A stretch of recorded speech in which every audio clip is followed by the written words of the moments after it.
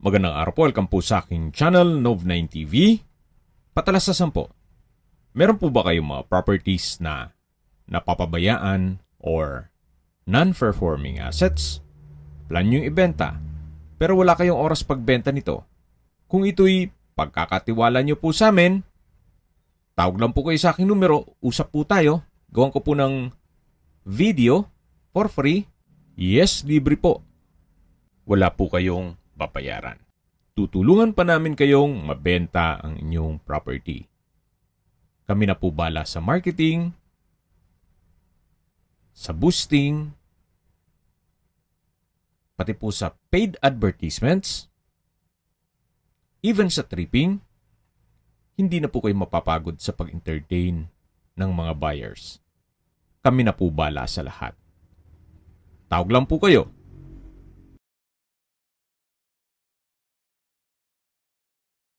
Nandito po tayo ngayon sa Nasugbu, Batangas kung saan meron po tayong bagong video presentation. Isang residential farm property na may sukat na 2,000 square meters. Patag na patag po ang lupa at ito po'y nakabakod na ng concrete fence ang buong property. Marami din pong mga puno ng mangga na kung saan ito'y namumunga na po. At income generating na rin po yan. May access na rin po dito ng tubig, kuryente at internet provider. Dito po sa loob ng property ay meron pong tiny house na mamaya po i-check natin yan.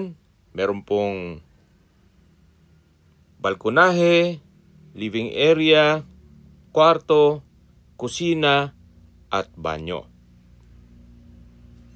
Napakatahimik po ng lugar, sariwa ang hangin, at malamig po ang klima.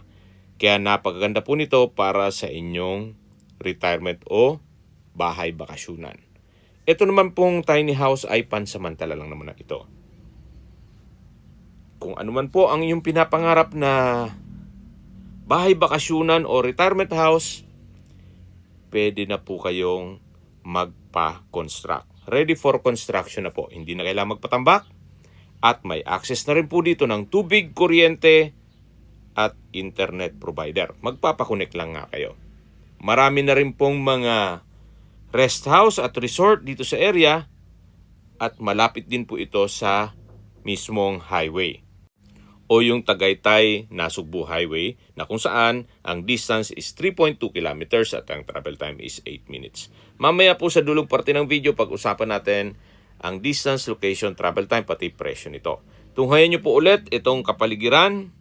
Napaganda po, napakaaliwalas. Pwede rin pong gawan nyo ito ng private farm resort para maging income generating. Kahit po hindi nyo natanggalin itong mga puno ng mangga. Ito na po yung tinutukoy ko na tiny house. Hindi na po maiwasan naman ang komento na kalit ng bahay, hindi kagandahan. Ito po'y pansamantalang naman para may matuluyan sila once na bumibisita dito. Or pwede rin pong gawin itong caretaker's house. Tungkol naman sa presyo, nagbase na lang sila dito sa sukat ng lupa at pagpabakod. Pero dito po, ito'y for free. Itong maliit na bahay. Parang studio type condo lang po. Pagpasok nyo, may sofa bed. Then nandyan na yung dining. Sa dulo yung kitchen na may kitchen countertop. At sa dulo po ay may access door papunta sa likod ng bahay kung saan doon naman yung maliit na balkonahe. Meron din po itong sariling toilet and bath o banyo na may hand wash basin, water closet with bidet, bathroom window, at meron din pong shower na may hot shower set. Ito naman po yung tinutukoy ko na balkonahe. At dito po sa likod ay napakalaki pa ng espasyo. At meron din pong mga puno ng mangga. Yan po yung concrete fence. Paikot po yan ng buong property. At meron din pong overhead tank in case ng water shortage. Pero maayos naman po ang water supply dito. Okay, sa distance, location at travel time portion na po tayo. Mula po sa Tagaytay-Nasugbu Highway, ang distance is 3.2 kilometers at ang travel time is 8 minutes. Malapit din po ito sa Barangay Road, kaya accessible din po ito ng public transportation. Mula naman po sa Welcome Arc Nasugbu, ang distance is 27 kilometers at ang travel time is 33 minutes. Mula naman po sa bayan ng Nasugbu, ang distance is 14 kilometers at ang travel time is 23 minutes. Kumpleto na po doon gaya ng public market, groceries, convenience store, remittance center, bank, schools, church at hospital. Yan po yung lagi kong binabanggit sa inyo na dapat nyo i-consider sa paghanap ng property ay yung meron pong malapit na hospital. Hindi ko naman po sinasabing sakitin kayo, yan naman po ay for emergency purpose lang naman. At mula naman po sa mga beach resort, ang distance is 15 kilometers at ang travel time is 26 minutes. Mula naman po sa Tagaytay, ang distance is 42 kilometers at ang travel time is 55 minutes. At kung manggagaling naman po sa Manila o sa airport, ang distance is 100 kilometers at ang travel time is 2 hours and 10 minutes. Ito po yung nasa mataas na lugar kaya flood-free area. Ang estimated elevation above sea level ay 312